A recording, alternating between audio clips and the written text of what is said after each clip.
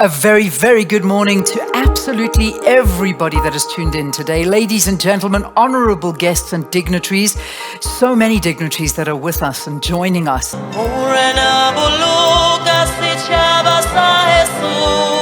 On center stage today and over the coming days, world leaders, women CEOs and others will talk about the promise of equality, and they'll also talk about its shortcomings. More than 100 speakers will also take you on a deep dive across more than 20 specific sessions spread right across this huge Top Women Summit. I have a blessing of leading over 20,000 people who, when they wake up in the morning, everything that they're about is only about one thing. It's about making sure that each generation lives a better life than the next. And there's a generation of Africans in 15 countries in which we will operate. The three things that we are obsessed about is this: firstly, how do we really deepen financial inclusion across the continent? Secondly, Africa is young, that's an asset. How do we fuel the creative force of the beautiful ones who are already here? And Africa is rising, which is why we're here. We have to bring and drive prosperity to the continent. It's very important for us to push the boundaries in terms of they must follow the hardcore areas like everybody else. They have to be CAs, they have to be lawyers, they have to be top engineers, actuaries, all of that. But the case for more women on boards is strong.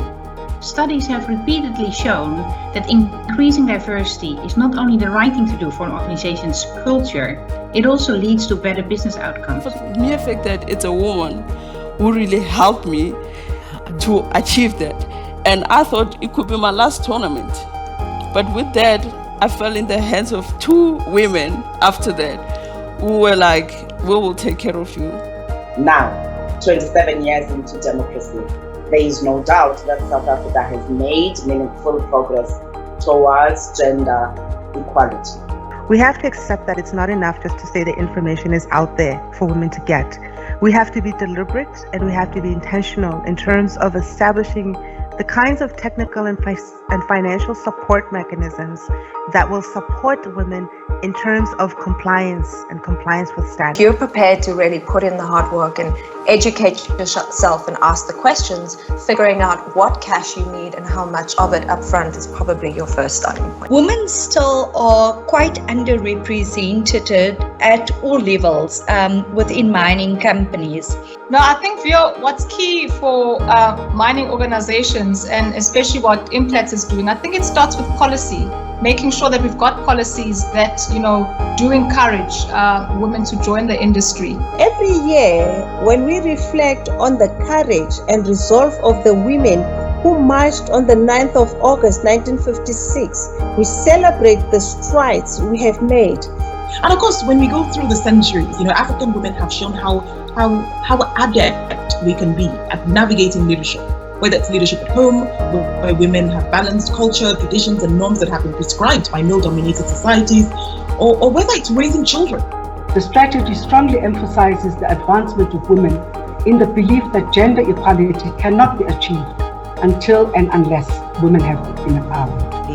What we were trying to do when the pandemic started was survive as a business and adopt technology to survive as a business. What was absolutely the most important bit was just the safety of our employees. So I think lives matter the most, and the immediate need for us was to ensure that our employees are safe.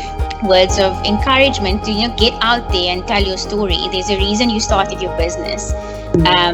Don't be afraid to get out there on social media. If it's writing a caption and posting your face, customers want to see the person behind the company. And I dream for the day that we bring together Latin American women and African women together to exchange, to cross cultures, and to learn with each other. Around the continent, that they don't need a man, that they can do it themselves.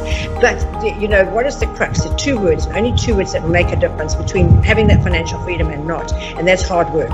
We've got to be very conscious also about stereotypes and how engendered stereotypes actually are, and how they also shape and influence, what young girls think is possible for themselves. And so we've had to be really intentional on what we're saying, what our goal is, what we want to achieve, because it's crunch time. I think my purpose is deeply anchored in being a voice to the voiceless. So changing our narratives in our head, changing our voices in our language, and then changing the conversations we need to have. Wow, so that's a wrap for day one.